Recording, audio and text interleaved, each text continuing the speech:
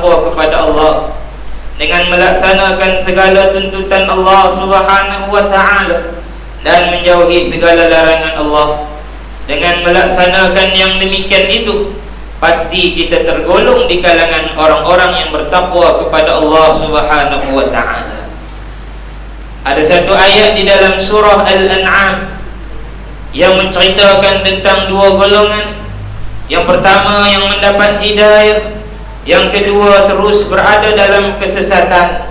Bagaimana golongan yang mendapat hidayah, ciri-ciri mereka di sisi Allah, dan bagaimana pula dengan golongan yang berada di dalam kesesatan.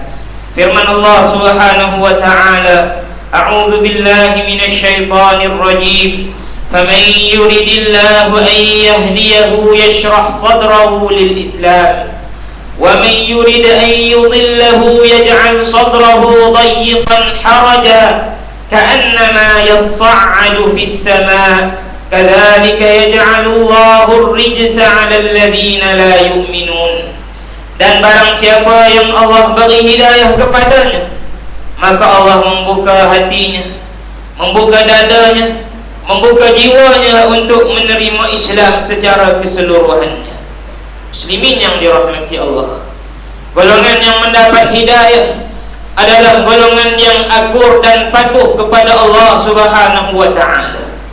Dan akur dan patuhnya itu bukan pada sekadar ibadah-ibadah pilihan semata-mata, tetapi ia akur pada kesemua kehendak Allah Subhanahu wa ta'ala, sama ada arahan Allah itu membebankan ia ataupun tidak, sama ada sesuai untuk dia buat ataupun berat, dan dia menjauhkan segala larangan Allah Subhanahu wa ta'ala, sama ada larangan itu sangat disukai oleh nafsunya atau larangan itu adalah larangan yang biasa-biasa, mudah untuk dia tinggalkan.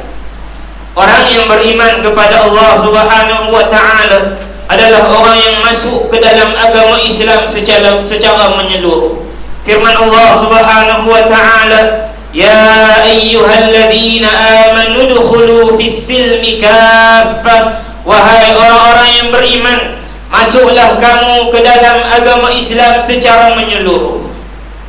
Sekira-kira kita mencampakkan keseluruhan diri kita berada dalam agama Islam.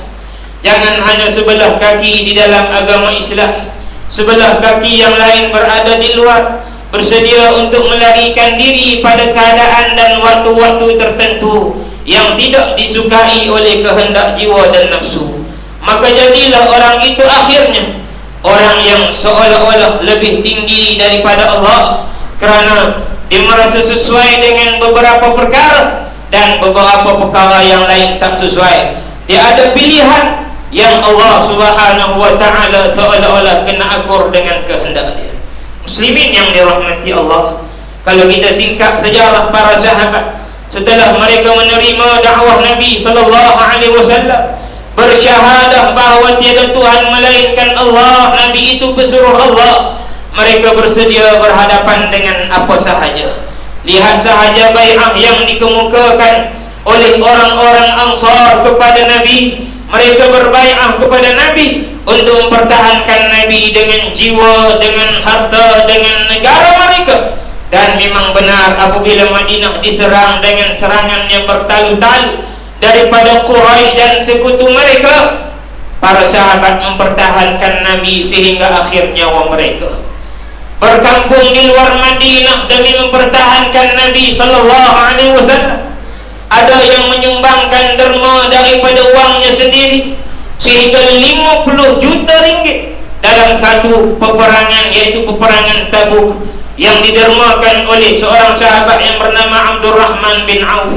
Ada yang mempertahankan badannya dengan anak panah musuh, lalu belakangnya seperti landak dipanah oleh Quraisy dalam peperangan Uhud. Itulah Abu Dujanah yang membenting diri dia mempertahankan Nabi sallallahu alaihi wasallam. Ada yang kena merantau jauh 2000 km jauhnya dalam peristiwa peperangan Tabuk kerana mengiyakan arahan Nabi. Ada yang pelbagai cerita dengan Nabi sallallahu alaihi wasallam, kisah-kisah yang kalau kita baca bagaimana pengorbanan